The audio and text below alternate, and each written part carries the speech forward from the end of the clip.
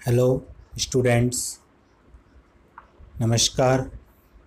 मैं राकेश कुमावत स्वागत कर रहा हूं आपका आपके पसंदीदा लोकप्रिय education channel R K. Biology classes सीखकर में। तो आज अपन चर्चा करेंगे अपने एग्रीकल्चर बायोलॉजी लेसन थर्ड जो चल रहा था, फसल और भंडारण के प्रमुख कीट। तो इस लेसन के 4 वीडियो पहले मैं अपलोड कर चुका हूं। अगर आपने अभी तक वह वीडियो नहीं देखे हैं तो आज के वीडियो की डिस्क्रिप्शन लिंक दिया हुआ है, उसमें जाकर आप लोग वहां पर देख सकते हैं। तो इससे पहले 6 प्रमुख कीटों पर अपन ने चर्चा कर ली है। आज के वीडियो में अपन दीमक और खपरा भृंग, ये 2 ऐसे कीट होते हैं जो फसलों को नुकसान पहुंचाते हैं, उनके बारे में अपन चर्चा करने वाले हैं। तो देखिए वीडियो स्टार्ट करते हैं। तो वीडियो को पहले लाइक कर दीजिए और जो चैनल पर पहली बार आए हैं वह चैनल को सब्सक्राइब कर लीजिए। अपन बात करते हैं दीमक। तो दीमक, जिसे टर्माइट के भी कहते हैं, वैज्ञानिक नाम होता है ओडेंटोटर्मिस ओबेसस, ये इसका वैज्ञानिक नाम होता है। फिर अपन कहते हैं इसका जो गण की अगर अपन बात करते हैं तो गण होता है इसका आइसोप्टेरा और कुल टर्माइटिडीज का कुल माना जाता है। दीमक या वाइट एंट के नाम से भी जानते हैं इसे, विश्व के समस्त उष्ण एवं कटिबंधीय उप उष्ण कटिबंधीय देशों में ज़्यादा मात्रा में पाई जाती है। यानी दीमक अपन कह सकते हैं कि लगभग पूरे विश्व में फैली हुई है। उष्ण देख लो चाहे उप उष्ण कटिबंधीय देशों में सबसे ज़्यादा मात्रा में अपन कहते हैं कि यह फैली हुई है। अब दीमक के जो प्रमुख लक्षण की अगर अपन बात करते हैं तो वह देखिए कौन कौन से होते हैं। दीमक एक सामाजिक कीट होता है तथा टर्मेटेरिया के अंदर निवन करने का कार्य करता है। टर्मेटेरिया अपन कहते हैं कि जो दीमक के चारों ओर बना हुआ जो मिट्टी का सा आवरण होता है उसे अपन कहते हैं टर्मेटेरिया। तो दीमक सामाजिक कीट होता है जो समाज में अपन कहते हैं कि अपने साथ ही यह भी जीवन यापन करता है तथा टर्मेटेरिया के अंदर यह क्या करता है, जीवन निर्वाह करने का कार्य करता है। टर्मेटेरिया श्रमिकों द्वारा, यानी इन्हीं की एक प्रजाति होती है श्रमिक, उनके द्वारा बनाया जाता है। टर्मेटेरिया में दीमक की विभिन्न जातियाँ पाई जाती है। शारीरिक बनावट व कार्य निष्पादन की दृष्टि से इन जातियों को श्रमिक, सैनिक, राजा, रानी आदि में विभाजित भी किया जाता है। श्रमिक, सैनिक, राजा और रानी में विभाजित करते हैं, जो श्रम विभाजन का एक आदर्श उदाहरण है। श्रम विभाजन यानी कि इनके कार्य के आधार पर इन्हें ये अलग अलग वर्गों में बांटा गया है। फिर आगे देखिए श्रमिक क्या होते हैं। तो यह निवय की बहुत बड़ी श्रम शक्ति होती है। ये सबसे ज़्यादा कार्य यही करते हैं, जो कुल सदस्यों की लगभग 80 से 90% होती है। श्रमिकों के मुखांग मजबूत व दृढ़ होते हैं, जिनके द्वारा ये संपूर्ण परिवार का पालन पोषण एवं घर बनाने का कार्य करते हैं। सैनिक की अगर अपन बात करें तो निवय में इनकी जो संख्या होती है वह कुल सदस्यों के 3 से 5% तक होती है। सैनिकों के मुखांग असाधारण रूप से विकसित होते हैं जिनके द्वारा परिवार के सदस्यों की शत्रुओं से रक्षा भी की जाती है। तो नोट्स बनाते समय साथ साथ में नोट्स आप बनाते रहना, और जिस प्रकार से मैं यहाँ पर बता रहा हूँ उसी प्रकार से अलग अलग टॉपिक लिखते हुए साफ सुथरे नोट्स बनाने हैं। फिर आगे देखिए राजा और रानी, वह क्या होते हैं इसमें। तो राजा और रानी कॉलोनी के शाही सदस्य होते हैं। शाही यानी कि सबसे ऊंचे सदस्य इन्हें माना जाता है। राजा का कार्य मात्र मादा को निषेचित करना होता है और रानी कॉलोनी की संस्थापक होती है तथा जनक होती है। रानी दीमक निवय में सबसे बड़े आकार की होती है। निवय यानी जो इनका झुंड होता है उसमें सबसे बड़े आकार की होती है। रानी दीमक 1 सेकंड में 1 अंडा देती है और यह क्रम इसके संपूर्ण जीवन काल में लगातार चलता रहता है। तो देखिए स्टूडेंट्स, अगर 1 सेकंड में 1 अंडा दे रही है तो मान लीजिए कि दिन में ये कितने अंडे दे सकती है। तो इनका जो जीवन काल होता है वह 5 से 10 वर्ष का ही मानते हैं, उसी में ये बहुत सारे अंडे दे देती है। मादा का अगर जीवन काल देखा जाता है तो 5 से 10 वर्ष का होता है। मादा की कुछ प्रजातियां एक दिन में 70 से 80 जार तक अंडे दे सकती है, इसलिए हम इसे अंडे देने वाली मशीन भी कह सकते हैं। और सामान्यतः एक निवय में 3 प्रकार की जनन जातियाँ पाई जाती है। दीर्घपंखी, लघुपंखी और पंख विहीन, यानी कोई भी झुंड होता है तो उसमें इनकी जो जातियाँ होती है वह 3 टाइप की अपन देख सकते हैं। दीर्घपंखी यानी बड़े पंखों वाली, लघुपंखी छोटे पंख, और पंख विहीन जिनके पंख नहीं होते हैं। अब अपन बात करते हैं इनकी क्षति और महत्व क्या होता है इनका। तो यह एक सर्वभक्षी कीट है तथा खेतों में, घरों, दोनों जगह नुकसान पहुंचाता है। क्षति केवल शिशु तथा वयस्क श्रमिक दीमक ही करते हैं। दीमक का जो प्रकोप होता है वह पौधशाला व नए रोपे गए पौधों में अधिक होता है। कई बार तो अत्यधिक प्रकोप होने पर पूरी जो पौधशाला होती है वह समाप्त हो जाती है। यह बंजर भूमि में उगाए गए उद्यानों में व्यापक विनाश भी करती है। यह प्राय भूमि के अंदर रहती है और पोषी जो पौधे होते हैं जिनसे भोजन प्राप्त करती है उनकी जड़ें खाकर उनको क्षति पहुंचाती है। कभी कभी पौधे के तने में मिट्टी की सुरंगें बनाकर अंदर ही अंदर तने की छाल भी खा जाती है और लंबी दूरी तक ऊपर पहुँचे जाती है। मिट्टी युक्त गैलेरी यानी कि मिट्टी युक्त गैलेरी प्राय के द्वारा रात्रि में बनाई जाती है। खड़ी फसलों में सिंचित क्षेत्रों की फसलों की अपेक्षा असिंचित क्षेत्रों दीमक का प्रकोप क्या होता है, अधिक होता है। सूखी लकड़ी वगैरह होती है उन पर ज़्यादा अटैक करती है। दीमक द्वारा ग्रसित पौधों को हाथ से खींचने पर आसानी से ऊपर से निकल आते हैं क्योंकि जड़ें कमज़ोर हो जाती है। यह पूरे वर्ष सक्रिय रहती है किंतु वर्षा ऋतु में इसका प्रकोप कम हो जाता है। वर्षा समाप्ति के पश्चात दीमक क्या हो जाती है, पुनः सक्रिय हो जाती है। तो ये दीमक से संबंधित अपनी मुख्य जानकारी। अब अपन यहाँ पर देखेंगे कि दीमक का जो जीवन चक्र है वह देख लीजिए आप किस प्रकार से होता है। तो इस डायग्राम में अपन देखेंगे दीमक के जीवन चक्र के रूप में। तो यह कौन सी है, अंडा अवस्था अपन मानते हैं, फिर यह अभ्रक अवस्था होती है, फिर यहाँ से देखिए ये श्रमिक, ये सैनिक, श्रमिक और ये पंख वाली अवस्था है। 3 अलग अलग अवस्था यहीं पर डिवाइड हो जाती है। फिर अपन कहते हैं कि यहाँ पर आकर क्या हो जाती है, वयस्क दीमक का निर्माण हो जाता है। इस प्रकार से इसका पूरा जीवन चक्र दिखाया गया है। आगे जीवन चक्र के पर बात करें तो देखिए इसका जीवन चक्र, मानसून की प्रथम अच्छी वर्षा के पश्चात सायकाल में पंख युक्त तो जो दीर्घ पंख वाले होते हैं जन्निक जातियां नर और मादा समूह में अपने आश्रय से बाहर निकलती है। यह बाहर निकलते ही सीधे प्रकाश स्रोत की ओर आकर्षित होते हैं एवं निषेचन के पश्चात युगल भूमि के अंदर चले जाते हैं। यह युगल साथ मिलकर छोटे छोटे नपचुअल कोष्ठ का निर्माण कर संतति उत्पन्न करते हैं और इनकी पूर्ण देखभाल भी करते हैं। संतति उत्पन्न करते हैं, पूर्ण देखभाल करते हैं। जब एक बार कॉलोनी में श्रमिकों की संख्या पर्याप्त हो जाती है तब यह श्रमिक अपने जन्मदाता युगल का सही तरीके से पालन करते हैं और दीमक के जो अंडे होते हैं वह हल्के पीले रंग के गुर्दाकार यानी गुर्दे के आकार के किडनी शेप अपन इन्हें मानते हैं, उस आकार के माने जाते हैं, किडनी शेप होते हैं। ग्रीष्म ऋतु में 1 सप्ताह में इन अंडों से शिशु या गिडार निकल आते हैं जो 6 माह में श्रमिक या सैनिक के रूप में पूर्ण विकसित भी हो जाते हैं, जबकि जनक जातियां परिपक्व होने से 1 से 2 वर्ष का समय ले लेती है। इस प्रकार से शिशु विभिन्न प्रकार के प्रोडों में परिवर्तित हो जाते हैं तथा वर्ष में केवल एक ही पीढ़ी जो होती है वह प्राप्त होती है। तो ये थे इसका मुख्य जीवन चक्र।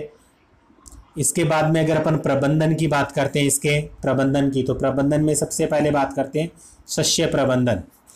तो इसमें जो टर्मिटेरिया की खुदाई करके रानी दीमक तथा अन्य पूरक जनजातियों को नष्ट कर देना चाहिए। टर्मिटेरिया जिसके अंदर दीमक निवास करते हैं उसकी खुदाई करनी चाहिए और रानी दीमक व अन्य पूरक जनक जातियों सबको नष्ट कर देना चाहिए। इसके अलावा खेतों में हरी खाद एवं कच्ची गोबर की खाद नहीं डालनी चाहिए क्योंकि ये दीमक को आकर्षित करते हैं। दीमक क्या होते हैं कि कचरे वगैरह या हरी खाद, कच्ची गोबर आदि को ज़्यादा आकर्षित होते हैं। खेतों में मौजूद फसलों के अवशेषों को एकत्रित करके नष्ट कर देना चाहिए या जला देना चाहिए। ये सब शस्य प्रबंधन के तरीके होते हैं। फिर रासायनिक प्रबंधन की अगर अपन बात करें तो इसका रासायनिक प्रबंधन देखिए, दीमक का प्रकोप प्रतिवर्ष नियमित रूप से आने वाले खेतों को फसल लगाने से पूर्व 25 किलोग्राम प्रति हेक्टेयर की दर से मिथाइल पेराथियोन या मेलाथियोन चूर्ण से उपचारित करना चाहिए। ये रासायनिक प्रबंधन माना जाता है। इसके अलावा रासायनिक प्रबंधन अगर देखें तो गेहूं के बीजों को बुआई के 24 घंटे पहले क्लोरपाइरीफॉस जो 20 सीसी मात्रा या क्विनोलफॉस 25 सीसी 400 ml मात्रा को 5 लीटर जल में घोलकर प्रति क्विंटल की दर से उपचारित करने से कीट का प्रकोप नहीं होता है। और खड़ी फसल में दीमक का प्रकोप होने पर क्लोरपाइरीफॉस 20 सीसी 4 लीटर प्रति हेक्टेयर की दर से सिंचाई के साथ देना चाहिए। यानी क्लोरपाइरीफॉस और क्विनोलफॉस इनको अपन रासायनिक रूप से काम में ले सकते हैं। तो ये इससे रासायनिक प्रबंधन में आगे देखें तो पौधों की रोपाई से पूर्व गड्ढे में मिथाइल पेराथियोन या मेलाथियान 5% चूर्ण से 50 ग्राम प्रति गड्ढे की दर से उपचारित भी करना चाहिए। फिर पौधों के तनों को 2 ml मेलाथियान 50 EC या 2 ग्राम कार्बेरिल 50 WP कप प्रति लीटर पानी की दर से घोल बनाकर उचित अंतराल पर उपचारित करते रहना चाहिए। ये भी इसका मुख्य रासायनिक प्रबंधन होता है। इसके अलावा देखिए रासायनिक प्रबंधन में कि पुराने बगीचों के पौधों के थावलों की अच्छी गुड़ाई करके पश्चात ऊपर वर्णित चूर्ण कीटनाशक 200 ग्राम प्रति पौधा की दर से या क्लोरपाइरीफॉस 20 सीसी 25 ml प्रति 5 लीटर पानी के घोल से उपचारित करके दीमक के प्रभाव को नियंत्रित किया जा सकता है। तो ये सभी दीमक को रोकने के तरीके हैं। तो आप अच्छे प्रकार से इसके नोट्स बनाइए और नोट्स बनाने के पश्चात उनको याद भी कीजिए। अगर कोई दिक्कत आती है तो वीडियो आप लोग देखिए, उसमें समझ सकते हैं। तो ये तो थी दीमक के बारे में जानकारी। अब जो अगला कीट है वह अपना वो होगा खपरा भृंग, जिसका वैज्ञानिक नाम होता है ट्रोगोडर्मा ग्रेनेरियम। उसके बारे में अपन चर्चा करते हैं। तो सबसे पहले तो देखते हैं इसका गण क्या होता है। तो इसका गण होता है कोलियोप्टेरा, कुल होता है इसका डर्मेस्टिडी, गण होता है इसका कोलियोप्टेरा और कुल होता है डर्मेस्टिडी। इस कीट का उत्पत्ति स्थल आदि स्थल भारतीय है, परंतु यह संसार के उन सभी देशों में प्रचुरता से मिलता है जहां तापक्रम 32 से 44 डिग्री सेल्सियस रहता है। यह भारत, अफ्रीका, म्यांमार, पाकिस्तान, चीन आदि देशों में ज़्यादा मिलता है और भारत में यह लगभग सभी प्रदेश राज्यों में फैला हुआ है। अब बात करते हैं इसके लक्षण क्या क्या होते हैं। तो इस कीट की पूर्ण विकसित जो भृंग होती है वह कत्थई रंग का होता है तथा लंबे कड़े बालों से युक्त लगभग 4 ml लंबा होता है। प्रौढ़ भृंग छोटा गहरे कत्थई रंग का लगभग 2 से 3 mm लंबा होता है। नर भृंग आकार में छोटा मादा के आकार का लगभग आधा तथा अधिक गहरे रंग का होता है। क्षति और महत्व की अगर अपन बात करें तो गेहूं, जौ, बाजरा, जवार, मक्का, धान, चना, पोस्त दालें, पिस्ता तथा अन्य सूखे फल आदि को यह कीट क्या करता है, क्षति पहुंचाता है। यानी ज़्यादा सूखे जो अपन मान सकते हैं कि फल वगैरह होते हैं उन पर नुकसान पहुंचाता है। क्षति केवल जो इनके भृंगक द्वारा ही होती है। इसके द्वारा सर्वाधिक क्षति जुलाई से अक्टूबर माह तक होती है। तो याद रखिए सर्वाधिक क्षति जुलाई से अक्टूबर। जब मौसम गर्म व नम रहता है, गिडार दानों में भ्रूण अथवा अन्य किसी भाग को काटकर, कमजोर भाग को काटकर प्रवेश कर जाते हैं, अंदर प्रवेश कर जाते हैं। और प्रवेश करने के पश्चात अपन देखते हैं कि भ्रूण वाला पूरा भाग खा जाते हैं।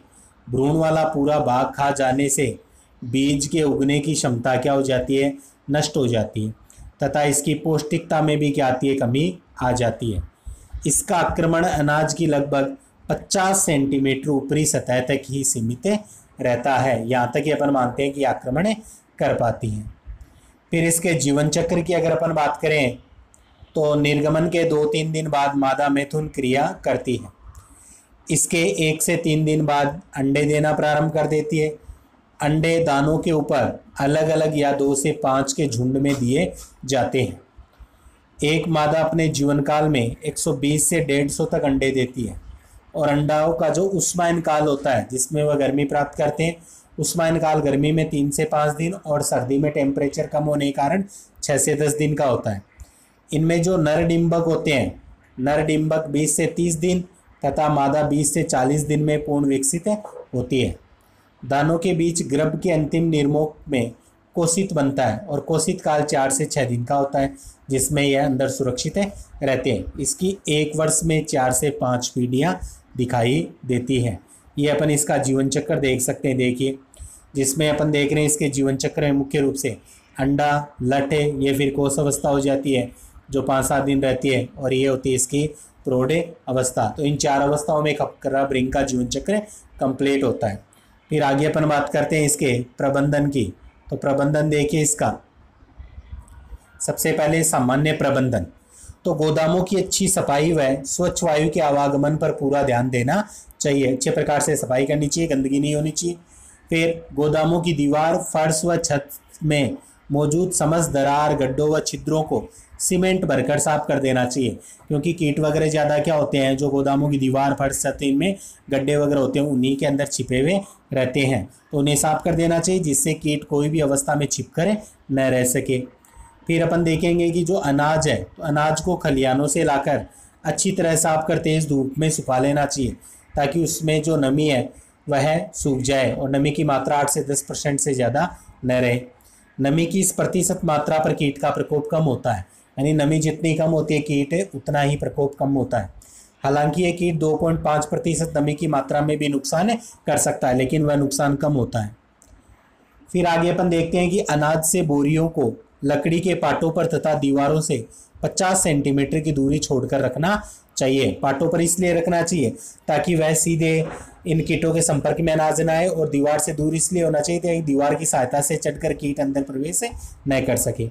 अनाज को नीम की निम्बोली के चूर्ण के साथ 100:1 के अनुपात में मिलाकर भंडारित करने से कीट का प्रकोप जो होता है वह क्या हो जाता है, कम हो जाता है। तो इस प्रकार से भी अपन कर सकते हैं। फिर रासायनिक प्रबंधन की अगर बात करें तो उपयुक्त सावधानी रखने के पश्चात भी भंडारण में मौजूद कीटों को नुकसान को EDCT मिश्रण आता है, जिसे ethylene dibromide carbon tetrachloride, full form है इसकी EDCT की। तो ई का होता है इथिलीन, डी का डाई ब्रोमाइड, सी का कार्बन और टी का टेट्राक्लोराइड। इसका 30 से 40 किलोग्राम प्रति 100 घन मीटर के हिसाब से, या मिथाइल ब्रोमाइड 3.5 किलोग्राम प्रति 100 घन मीटर, या ethylene dibromide EDB 3 ml प्रति क्विंटल अनाज की दर से अपने को क्या करना चाहिए, इनका प्रयोग करना चाहिए, जिससे अपन कीट प्रकोप को रोक सकते हैं। इनका इस्तेमाल पीसे खाद्यान्नों पर नहीं किया जाना चाहिए। इसके अलावा देखिए, इसके अतिरिक्त भंडारण में दाल बरिंग, चावल की घुन, लाल सुरई, लाल सुरसाली इत्यादि कीट मुख्यतः नुकसान पहुंचाते हैं। तो ये अपन ने देखा जो खपरा कीट था उससे संबंधित रासायनिक परिवर्तन प्रबंधन की किस प्रकार से उसे अपन रोक सकते हैं। तो ये था आज का वीडियो, जिसमें अपन ने दीमक और खपरा कीट के बारे में जानकारी प्राप्त की है। अगले वीडियो में अपन चर्चा करेंगे बेर की जो फल मक्खी होती है और अनार की तितली, उसके बारे में चर्चा करेंगे। उसके पश्चात अपना यह जो चैप्टर हो जाएगा वह कंप्लीट हो जाएगा।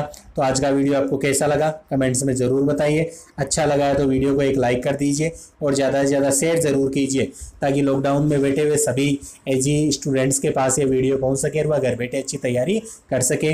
वीडियो देखने के लिए आप सभी का धन्यवाद। अच्छे प्रकार से नोट्स बनाइए और अच्छे प्रकार से उनकी तैयारी भी कीजिए। मिलते हैं अगले वीडियो में एक नए टॉपिक के साथ में। तब तक के लिए जय हिंद, जय भारत।